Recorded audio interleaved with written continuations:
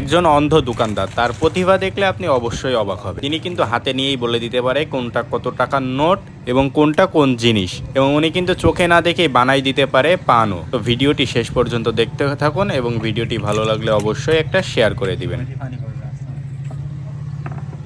কোন সুপুরি দরদা ভাই? খয়ের বাদ। হ্যাঁ, খয়ের বাদ।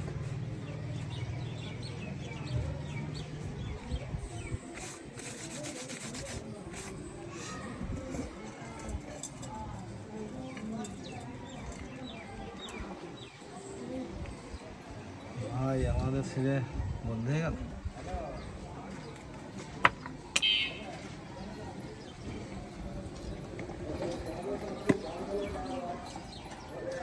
যথেষ্ট হয়েছে।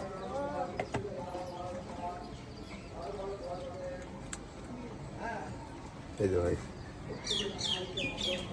এই দেখেন টাকাটা নেন।